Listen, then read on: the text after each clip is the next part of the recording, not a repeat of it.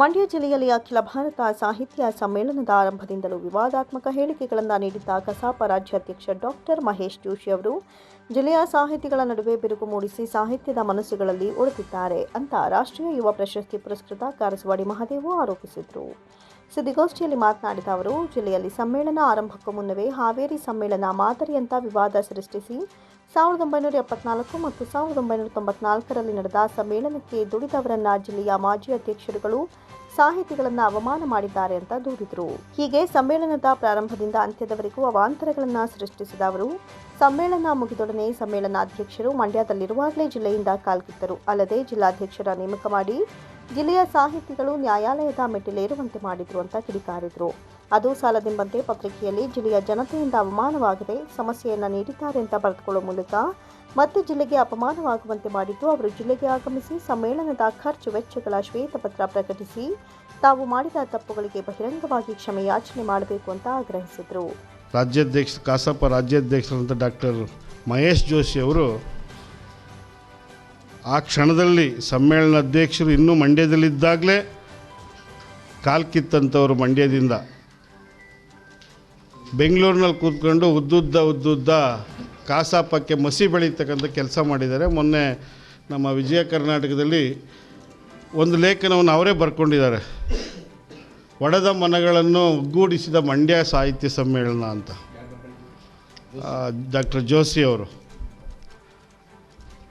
ಅವರು ಮಾಡಿರ್ತಕ್ಕಂಥ ಒಂದೊಂದು ಅವಾಂತರಗಳನ್ನು ಮಂಡ್ಯ ಜಿಲ್ಲೆಯ ಸಮಸ್ತ ಜನರ ದೃಷ್ಟಿಯಿಂದ ನಾವೆಲ್ಲರೂ ಆ ಸಮ್ಮೇಳನಕ್ಕಾಗಿ ತೊಡಗಿಸ್ಕೊಂಡಂಥವರು ಭಾಳ ಸಂಯಮದಿಂದ ಕಾಯ್ತಾ ಇದ್ವಿ. ಆದರೆ ಆತ ಮಾಡೋ ತಪ್ಪುಗಳೆಲ್ಲವನ್ನು ಮಾಡಿ ನಂತರದಲ್ಲೂ ಕೂಡ ಇನ್ನೂ ಮಂಡ್ಯ ಜಿಲ್ಲೆಗೆ ಬಸಿ ಬೆಳೀತಕ್ಕಂಥ, ಮಂಡ್ಯ ಜಿಲ್ಲೆಯ ಸಾಹಿತ್ಯ ಮನಸ್ಸುಗಳಿಗೆ ಅಪಚಾರ ಮಾಡ್ತಕ್ಕಂಥ ಕೆಲಸವನ್ನು ಮುಂದುವರಿಸಿರೋ ಹಿನ್ನೆಲೆಯಲ್ಲಿ ಇವತ್ತು ಪತ್ರಿಕಾಗೋಷ್ಠಿಯಲ್ಲಿ ನಾವು ಅವ್ರ ಬಗ್ಗೆ ಮಾತನಾಡಬೇಕು ಅಂತೇಳಿ ನಾವು ಬಂದಿದ್ದೇವೆ. ಪ್ರಥಮತಃ ಆತ ಶುರು ಮಾಡಿದ್ದು ಮಂಡ್ಯ ಜಿಲ್ಲಾ ಪಂಚಾಯತ್ನ ಸಭಾಂಗಣದಲ್ಲಿ ಪೂರ್ವಭಾವಿ ಸಭೆ ನಡೀತದೆ. ಆ ದಿನ ಕಾವೇರಿ ಸಭಾಂಗಣದಲ್ಲಿ ಹಾವೇರಿ ಸಮ್ಮೇಳನವೇ ಮಾದರಿ ಅನ್ನೋ ವಿಚಾರವನ್ನು ಕಾವತ್ತಿಸಿದಂಥ ವ್ಯಕ್ತಿ ಅವತ್ತು ಶುರು ಮಾಡಿ ಮಂಡ್ಯ ಜಿಲ್ಲೆ ಮನಸ್ಸುಗಳನ್ನು ಒಡೆದ್ರು. ಹಾವೇರಿ ಸಮ್ಮೇಳನ ಎಷ್ಟು ಅವಾಂತರ ಆಗಿತ್ತು, ಏನೇನು ಅಧ್ವಾನ ಆಗಿತ್ತು ಅಂತ ಅಲ್ಲಿ ಕಂಡುಂಡಂಥ ಜಗದೀಶ್ ಕೊಪ್ಪ ಇರ್ಬೋದು, ಇನ್ನಿತರ ಅನೇಕರು ಅಲ್ಲೇ ಅದನ್ನು ಮಾದರಿ ಅಂತ ಹೇಳ್ಬೇಡಿ ಅಂತೇಳಿ ಅವತ್ತು ಅದನ್ನು ಆ ಥರದ ಅವಾಂತರದ ಶುರು ಮಾಡಿದಂಥವರು 74ರಲ್ಲಿ ಸಮ್ಮೇಳನ ಮಂಡ್ಯದಲ್ಲಾಗಿದೆ ನಿತ್ಯ ಸಚಿವ ಕೆ.ವಿ. ಶಂಕರೇಗೌಡರ ನೇತೃತ್ವದಲ್ಲಿ, 94ರಲ್ಲಿ ಜಿ ಮಾದೇಗೌಡರ ನೇತೃತ್ವದಲ್ಲಾಗಿದೆ.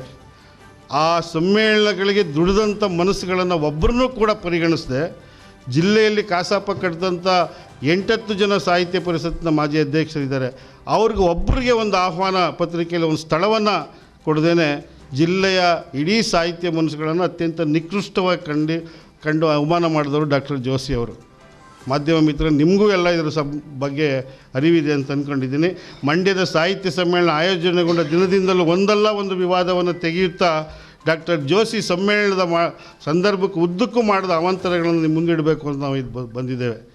ಸಮ್ಮೇಳನ ಅಧ್ಯಕ್ಷರ ಆಯ್ಕೆ ವಿಚಾರದಲ್ಲಿ ಅನವಶ್ಯಕ ಗೊಂದಲ ಮಾಡಿ ಅದನ್ನು ಕೊನೆಗೆ ಮಂಡ್ಯ ಜನರ ಮೇಲೇರಿದವರು ಮೊದಲ ಅವಾಂತರ. ಸಮ್ಮೇಳನ ಅಧ್ಯಕ್ಷರಾಗಿ ಸಾಹಿತ್ಯೇತರರನ್ನು ಆಯ್ಕೆ ಮಾಡುವಂತೆ ಗಣ್ಯರು ಶಿಫಾರಸು ಮಾಡಿದ್ದಾರೆ ಅನ್ನೋ ಪತ್ರವನ್ನು ಪತ್ರಿಕಾಗೋಷ್ಠಿಯಲ್ಲಿ ಬಿಡುಗಡೆ ಮಾಡಿ ಸಾಹಿತ್ಯ ಪರಿಷತ್ತಿನ ಪಾವಿತ್ರ್ಯತೆಗೆ ಕಳಂಕ ಹಚ್ಚಿದ್ದು ಎರಡನೇ ಅವಾಂತರ. ಮೂರನೇದು, ಸಮ್ಮೇಳನ ನಡೆಸಲು 60 ಎಕರೆಯಷ್ಟು ವಿಶಾಲವಾದ ಜಾಗ ಬೇಕೆಂದು ಮೊದಲು ಪ್ರಸ್ತಾಪವಿಟ್ಟು ಅನಂತರ ಸ್ಥಳದ ಬಗ್ಗೆ ಸ್ವಲ್ಪ ಗೊಂದಲ ಆದಾಗ ಅದು ಜಿಲ್ಲಾಡಳಿತ ಮಾಡಿದ್ದು ಅಂತೇಳಿ ಅವ್ರ ಮೇಲೆ ಹೊರೆ ಹಾಕಿದ್ದು. ನಾಲ್ಕನೇದು, ಸಮ್ಮೇಳನದಲ್ಲಿ ಮದ್ಯಪಾನ ಧೂಮಪಾನದ ಜೊತೆಗೆ ಮಾಂಸಾಹಾರವನ್ನು ಹೋಲಿಕೆ ಮಾಡಿ ನಿಷೇಧ ಎಂದು ಘೋಷಿಸಿ ಅದಕ್ಕೂ ಅವಾಂತರಕ್ಕೆ ಕಾರಣಕರ್ತರಾದಂಥವರು ಜೋಶಿ ಅವರು. ಸುದ್ದಿಗೋಷ್ಠಿಯಲ್ಲಿ ರಾಷ್ಟ್ರೀಯ ಯುವ ಪ್ರಶಸ್ತಿ ಪುರಸ್ಕೃತ ಕಿಲಾರ ಕೃಷ್ಣೇಗೌಡ, ರಾಜ್ಯ ಯುವ ಪ್ರಶಸ್ತಿ ಪುರಸ್ಕೃತ K G. Suresh, professor S. Manju, K S. Javaregowda ಹಾಜರಿದ್ದರು.